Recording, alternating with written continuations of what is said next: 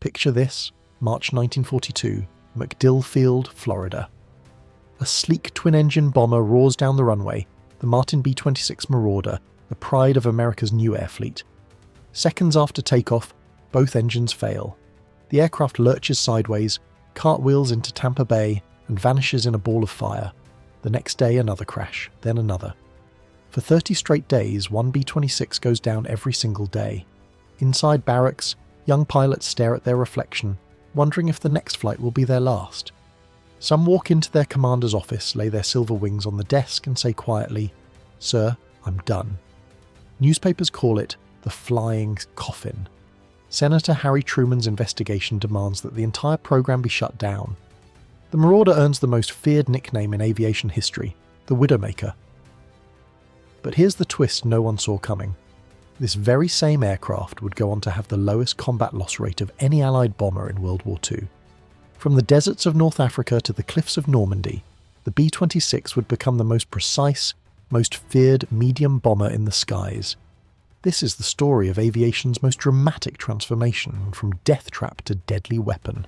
A story written in blood, courage, and the relentless lessons of total war. September 1939. Hitler's armies stormed across Poland, and the world watched in horror as German bombers rained destruction from the skies. The Luftwaffe's Heinkels and Junkers turned cities into rubble with frightening precision. Across the Atlantic, America realized the uncomfortable truth. It was years behind. For 2 decades, the United States had believed its isolation could keep it safe, while Europe turned the sky into a weapon. The Army Air Corps still flew outdated machines that looked more like barnstormers than bombers, fragile relics of a bygone era. But in March 1939, as the storm clouds of war gathered, the Army Air Corps issued an urgent call: design a new bomber. It needed to be fast enough to outrun enemy fighters, strong enough to carry a heavy bomb load, and ready for production immediately. It was a desperate gamble, and one company stepped forward to meet the challenge: the Glenn L. Martin Company. Leading the project was a young engineer, just 26 years old, named Peyton Magruder.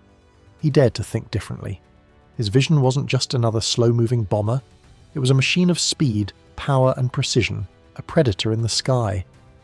Magruder's design featured short, stubby wings for greater velocity, a tricycle landing gear for smoother takeoffs, and an all-plexiglass nose for improved visibility. 2 massive Pratt & Whitney engines, each producing 2,000 horsepower, would push it beyond 300 miles per hour, faster than many fighter planes of the time. On paper, it was revolutionary, a bomber that could defend itself through speed alone, but the rush to build it came at a cost. In their desperation, the US Army ordered production to begin immediately, skipping the prototype phase entirely. There would be no test flights, no chance to correct the design's weaknesses. The Martin B-26 was rolled out straight from blueprint to assembly line. It was a bold step into uncharted territory, one that would soon exact a terrible price.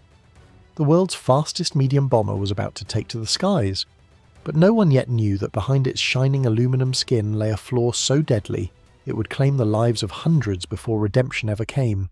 The first B-26 rolled out of the Martin factory, gleaming with promise, but that promise was short-lived.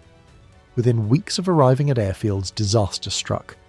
The Army's insistence on last-minute modifications, extra armour plating, torpedo racks, a dorsal turret, had added thousands of pounds to the aircraft's weight. What had been designed as a sleek, agile speed machine was now dangerously overloaded. Peyton Magruder's creation had been transformed from a racer into a brute, one that demanded perfection from anyone who dared to fly it. The young pilots assigned to the Marauder had no idea what awaited them. Most came straight from flight school, where they had trained on forgiving aircraft like the AT-6 Texan and the B-25 Mitchell. Those planes landed gently at 70 to 90 miles per hour. The B-26, however, had a minimum landing speed of 125 miles per hour. That meant any hesitation, any instinct to slow down, could be fatal. Its short wings, the same ones that gave it blistering speed, provided little lift at low altitude. The moment a pilot dipped below 120 miles per hour, the aircraft would stall, and at a few hundred feet above the ground there was no time to recover. Pilots who had spent months building muscle memory on slower planes found their instincts turned against them. On approach, the B-26 felt too fast, too dangerous, and every instinct screamed to pull back the throttle. but slowing down meant death. The plane would roll violently, drop a wing, and slam into the ground before the pilot could even react. Within weeks, wreckage littered the runways of McDill Field. Crews began calling the aircraft the Widowmaker, and grim jokes spread that the only way to survive was to never take off. Veteran pilot Harold Thomas described it simply: "If you did everything right, you'd grease it on. If you made one mistake, you'd die." The statistics backed him up. By early 1942, there had been 165 major accidents. More B-26 were being destroyed in training than in combat. Some cadet classes lost half their men before even leaving Florida. The numbers were so alarming that Senator Harry Truman's committee demanded that the entire program be cancelled. The Army Air Forces now faced a brutal choice: shut down production and admit failure, or continue believing the Marauder could still be saved. In the end, they chose to push forward. The logic was cold but clear. In the hands of a skilled pilot, the B-26 was extraordinary. But for the unprepared, it was a death sentence. As one engineer later put it, the Marauder doesn't forgive. In hangars across Florida, the atmosphere grew grim. Mechanics worked in silence, pilots traded nervous glances, and each new flight felt like rolling dice with fate. The B-26 was fast, powerful and advanced, but it was killing its own men faster than the enemy ever could. The Army needed a miracle, and soon, one man would arrive who could deliver exactly that. By the spring of 1942, the B-26 program was hanging by a thread. Morale had collapsed, confidence had evaporated, and even seasoned officers doubted the aircraft's future. Then came a man whose name alone inspired courage: General James Harold Doolittle. Fresh from his daring raid on Tokyo, Doolittle was already a living legend, a man who had flown across continents and broken nearly every aviation record that existed. He arrived at McDill Field in Florida not to condemn the Marauder but to understand it.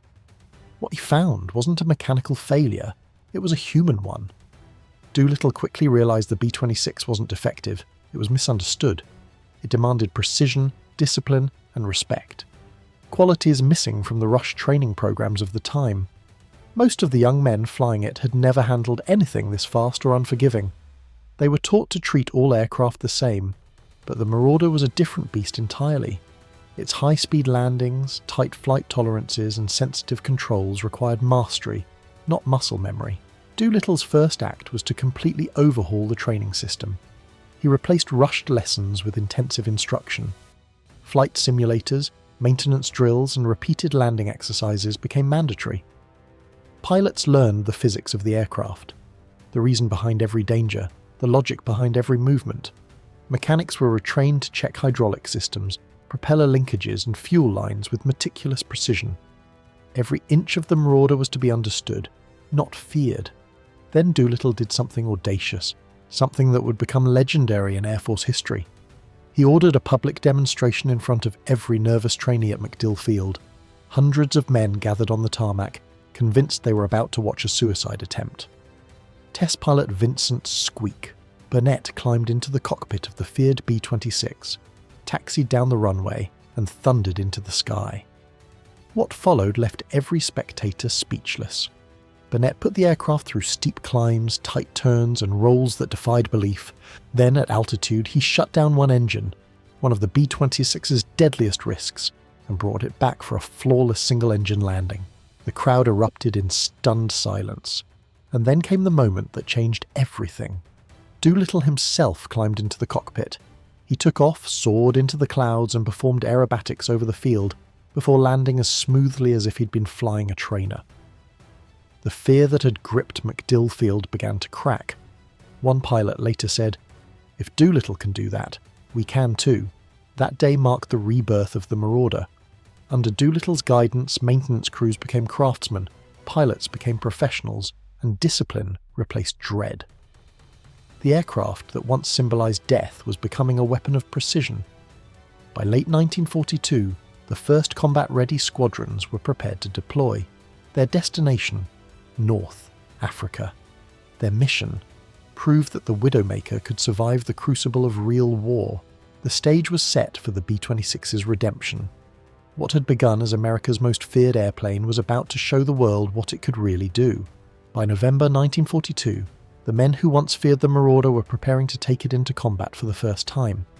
Operation Torch, the Allied invasion of North Africa, would be the B-26's trial by fire. The 319th Bomb Group landed at forward airstrips carved from the desert, their aircraft gleaming beneath the scorching African sun. But beneath the confidence and new training, unease lingered. No one knew if the Widowmaker could survive a real war. The first missions were chaos. The Allies had little intelligence, no detailed maps, and no coordination between bomber groups. Crews flew with hand-drawn sketches for navigation, guided more by luck than strategy. Pilot Robert Schaffer later admitted, "We had no bombing strategy. Our first flight, 5 planes went out, none came back." The B-26's baptism was merciless. German 88mm flak guns shredded low-flying formations, and the desert skies filled with smoke and debris. In the first 3 weeks, the 319th flew 20 missions and lost half their aircraft. But even in disaster, something remarkable began to happen. The crews learned. The B-26's speed made it harder for enemy fighters to intercept. Its armour saved lives, and its Norden bomb sight, an early analog computer capable of calculating wind drift speed and altitude, gave it surgical precision from thousands of feet up. For the first time, the Americans could deliver devastating strikes with mathematical accuracy. German General Fritz Berlin, commanding panzer divisions in North Africa, recorded in his war diary, "American medium bomber accuracy has improved dramatically. Railway junctions and depots are being systematically destroyed. The Martin bombers are particularly effective, fast enough to evade fighters, accurate enough to hit specific targets." The Luftwaffe had underestimated them. For the crews, every mission was a tightrope walk between fear and focus. Pilot William Conlin described what it felt like on approach to the target. You'd see the black puffs of flak ahead, and it looked like thunderclouds. The bombardier would take over with the Norden sight, calling out, "Left, left, right, steady." And then there was nothing to do but trust him. Those last 3 minutes felt like forever. When the bombardier called "bombs away," the plane jolted upward, lighter by thousands of pounds, and for a brief, glorious moment, the crew could breathe again. Time after time, the B-26 came back home shot full of holes, tail sections shredded, engines coughing, fuselages peppered with flak, but they came back. Pilot Robert Woody once flew beside a fellow Marauder whose wing had a gash the size of a door. The aircraft somehow made it 150 miles to base, crash-landed, and every man inside walked away alive. By early 1943, the Marauder's reputation was changing. It was still dangerous, but now that danger was directed at the enemy. The Widowmaker was beginning to earn a new name among its crews. The Marauder, the plane that hit hard, flew fast, and always came home. By early 1944, the B-26 Marauder had earned respect in the skies of North Africa and Italy, but its next mission would test not just its accuracy, but the conscience of the Allied command.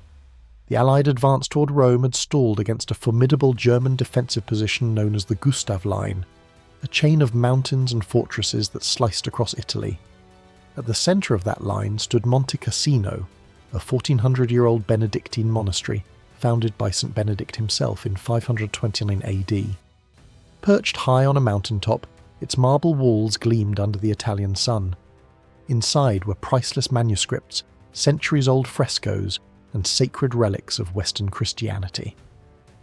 But to the Allied soldiers pinned down in the valleys below, it was more than a monastery. It was a fortress. From their positions, Allied troops believed they saw German spotters moving around the abbey. To them, it looked like an observation post guiding deadly artillery fire. German Field Marshal Albert Kesselring later wrote that he had forbidden his men to occupy the monastery, knowing its cultural value, but admitted its location made it an irresistible vantage point. The question tore through Allied headquarters. Should they bomb one of the holiest sites in Europe? On the morning of February 14th, 1944, at the mission briefing, a Catholic chaplain stood before the B-26 crews. He asked if any among them were Catholic. Many raised their hands. He told them plainly, "You don't have to go." One pilot later remembered someone whispering, "The Pope said, give them hell." The next morning, the skies over Italy filled with aircraft. First the heavy B-17s and B-24s, then wave after wave of medium bombers, including the B-26 Marauders.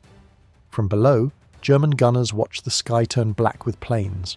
One gunner, Hans Schmidt, wrote in his diary, We fired everything we had. Some fell trailing smoke, but they kept coming. Their discipline was terrifying. In formation, the Marauders held steady. Through the crosshairs of the Norden bomb site, the bombardiers saw the gleaming white monastery framed perfectly in their sights. Then, one by one, the bombs fell. The earth shook, ancient stones shattered. Within hours, 1150 tons of explosives turned a 1400-year-old sanctuary into dust. Pilot Robert Schaffer recalled, "We knocked it down to rubble. 6-foot-thick stone walls gone. We went twice a day until there was nothing left standing." The raid was brutally effective, a demonstration of precision bombing at its peak. But the aftermath was a bitter irony. German paratroopers, who had previously avoided the monastery out of respect, now moved into the ruins. The shattered abbey provided them with perfect defensive cover. "Before it was a monument," General Friedrich von Senger later wrote. "After the bombing, it became our fortress." The Allies had destroyed a holy site only to hand the enemy an even stronger position. The battles that followed were among the bloodiest in the Italian campaign. Thousands died trying to capture the ruins that the B-26s had reduced to rubble. And yet, for the Marauder, Monte Cassino became a defining moment. The bombing was devastatingly precise, executed with unwavering discipline under fire. It proved that the aircraft once called the Widowmaker had evolved into a master weapon of war, precise, powerful, and relentless. The moral wounds of that day would linger for generations, but in the cold calculus of total war, the mission had shown what the B-26 had become. Not just a bomber, but a symbol of transformation. The plane once feared by its own pilots was now trusted to strike history itself. By the summer of 1944, the B-26 Marauder had undergone one of the most extraordinary transformations in aviation history. From a death trap feared by its own crews, it had become the backbone of the Allied medium bomber force. Its next mission would be its most important: the invasion of Nazi-occupied France. In the pre-dawn darkness of June 6, 1944, waves of B-26 formations thundered across the English Channel. Below them stretched a sight no one would ever forget. Thousands of ships packed so tightly that one pilot said, "You could walk across the water on their decks." Their mission was clear: destroy the coastal defences, silence the guns, and open the way for the largest amphibious invasion in history. As the sun rose, the French coastline erupted in fire. The Marauders attacked German artillery positions, troop convoys, and bridges with terrifying accuracy. Inside the cockpits, sweat and smoke mingled as bombardiers peered through their Norden sights. "It was like flying into a thunderstorm of metal," one crewman recalled. The sky was alive with flak bursts, black clouds laced with red flashes. Yet through it all, the formations held steady, unbroken and unflinching. German defenders described it as a wall of discipline moving through hell. Over Omaha Beach, where American troops faced the fiercest resistance, the B-26 made the difference. Their bombs shattered key gun positions and cut off reinforcements rushing to the shore. Every mission meant flying through chaos, yet the aircraft proved almost impossibly tough. Pilots returned with bullet-riddled wings, shattered glass, and holes big enough to crawl through, but still flying. Mechanics joked that the Marauder could come home with one engine, half a tail, and a prayer. After Normandy, the B-26 continued their relentless campaign. They moved from France to Belgium, cutting rail lines, destroying supply depots, and hammering retreating German forces. In August 1944, during the battle for the French port of Toulon, the Marauders reached their peak performance. In just 48 missions, they delivered one of the most concentrated bombing barrages of the entire war, crippling the port's defences with staggering precision. 90% of their bombs fell within a 600-foot circle, accuracy unheard of at the time. Out of all those missions, they lost only 8 aircraft. German General Johannes Blaskowitz reported bitterly to Berlin, "The American medium bombers strike with devastating precision. Movement by day is suicide." The Marauder had gone from a menace to its own pilots to a nightmare for the German army. Its crews no longer whispered the name Widowmaker. They said it with pride, not fear. For the men who flew it, the B-26 had become more than a machine. It was a symbol of survival, of courage learned the hard way. From North Africa to D-Day, the Marauder had proven that redemption could be earned not by perfection, but by perseverance, and in the skies over Europe that redemption burned brighter than ever. As the war dragged into its final brutal months, the B-26 Marauder remained a constant shadow over occupied Europe. The men who once trembled at its controls were now veterans, calm, focused, and unflinching under fire. Their missions turned north toward the heart of Germany. Bridges, railways, fuel depots, anything that could move a tank or feed a gun became a target. The Marauder's strength was now precision. It wasn't about carpet bombing, it was about cutting the enemy's arteries one strike at a time. In the winter of 1945, the skies over the Rhine became a battlefield of steel. German anti-aircraft fire filled the air like burning rain, but the B-26s kept coming. Bombardier Charles Mews remembered one mission vividly. "We took a hit right in the bomb bay. The cockpit was on fire and both engines were dying. There was no mystery about it. We were going down." Amid the chaos, Mews freed a trapped co-pilot, helped two gunners bail out, and leapt himself into the cold, silent air. Hanging from his parachute, he watched his Marauder spiral into the fields below. Captured by German troops, Mews heard one of his guards say, almost with respect, "Your B-26, very strong airplane. We shoot, but it keeps flying, not like ours." Stories like his became legend. Pilots returned from missions with half their planes shot away and still managed to land. Crews survived crashes that should have been fatal. Mechanics joked that the Marauder wasn't built to fly. It was built to endure. Its toughness was matched only by its precision. By the end of the war, B-26 groups had flown more than 129,000 combat missions and dropped 169,000 tons of bombs with pinpoint accuracy. When the guns finally fell silent on May 8, 1945, the record spoke for itself. The B-26 Marauder had achieved the lowest loss rate of any Allied bomber in the European theatre, less than 0.5%. It had gone from pariah to perfection, from death trap to defender. The pilots who once cursed it now called it the plane that brought us home. Veteran Harold Thomas said it best. "It killed a lot of good men before we learned how to fly it, but once we did, once we understood it, it became one of the best damn airplanes in the world." For every mission flown, every crew saved, and every bridge destroyed, the B-26 had redeemed itself, and in that redemption lay a timeless truth, that greatness is rarely born without struggle, and mastery often comes only through fire. When the guns of Europe finally fell silent, the skies that had once burned with fire were calm again. The B-26 Marauder, once cursed and feared, had written one of the most unlikely redemption stories in military history.